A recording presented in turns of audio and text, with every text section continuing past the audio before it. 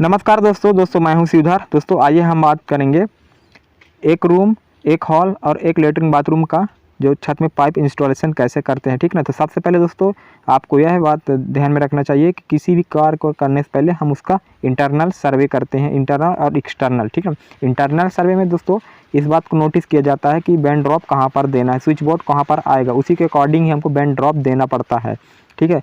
इससे होता क्या बेनिफिट्स हो दोस्तों, फर्स्ट बेनिफिट्स है हमारा जो बैंड ड्रॉप है रोशनदान पर नहीं आएगा। सेकंड स्टेज मतलब सेकंड बेनिफिट्स है कि हमको जो पाइप की लंबाई है वह कम लगेगा और वायर का भी लंबाई कम होगा अगर जो है स्विच बोर्ड के नज़दीक ही बैंड ड्रॉप होता है। तो हमको दरवाजे का रेस्टिंग पॉइंट देना, किस साइड से बंद होगा, किस साइड मतलब बोर्ड के लिए उचित होगा, उसी साइड हमको बैंड ड्रॉप देना है, ठीक ना। ज़्यादा दूरी पर नहीं देना, नहीं से वायर का एक्स्ट्रा घुमाव पड़ता है, ठीक है। इससे क्या होता है, थोड़ा कॉस्टली हो जाता है। तो दोस्तों और बैंड ड्रॉप कहाँ कहाँ पर देना है ये भी ध्यान रखा जाता है। अगर ज़्यादा हो तो मल्टीपल बैंड दिया जाता है, मतलब एक से कई सारे बैंड को उतार दिए जाते हैं ताकि ऑप्शनल रहे। किसी साइड भी अगर स्विच बोर्ड वो करना हो या बाईपास करना हो, पॉइंट देना हो, तो उस हिसाब से क्या होता है कि आदमी दे सकता है। दोस्तों इंटरनल के बाद अब हम लोग आए हैं छत में, ठीक ना। तो छत में हम लोग इस प्रकार से कार्य किया गया है।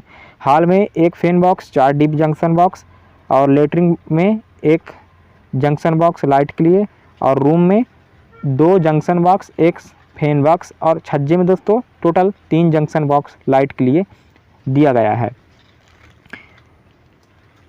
तो दोस्तों इस प्रकार से टोटल छज्जे में टोटल 3 लाइटें दिया गया है, एक एक छज्जे में 1 लाइट, और जो हॉल है वहाँ पास टोटल 4 लाइटें के लिए पॉइंट दिया गया है, और एक फैन बॉक्स है बीच में।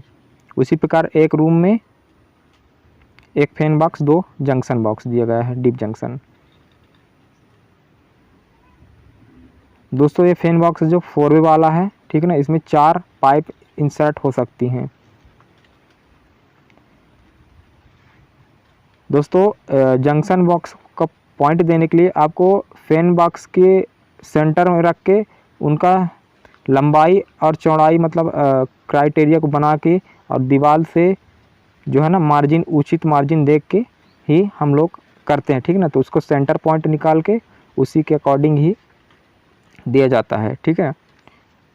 सेंटर पॉइंट निकालने के दोस्तों बीम से बीम की लंबाई नाप ले, जैसे 12 फीट हुआ तो हमको 6 में दे देते हैं फैन बॉक्स को, और चौड़ाई भी नाप लिया जाता है तो उसी के सेंटर में इसको मैच करके दे दिया जाता है। बैंड ड्रॉप दोस्तों लेटरिन के ऊपर एक जंक्शन बॉक्स दिया गया है लाइट के लिए, और लेटरिन बात अटैच है तो एक एक सेपरेट दिया गया है, और उसका एक बैंड टोटल उतरा है जहाँ पास से स्विच से कंट्रोल होंगे और वायर इसमें ग्रुप कंट्रोल होगा, ठीक है। तो वायर इसी बैंड के द्वारा ऊपर चढ़ेगा। अब दोस्तों रूम में आते हैं तो दोस्तों एक फैन बॉक्स है, 2 जंक्शन बॉक्स है, और दोस्तों इसमें मल्टीपल बैंड ड्रॉप दिया गया है।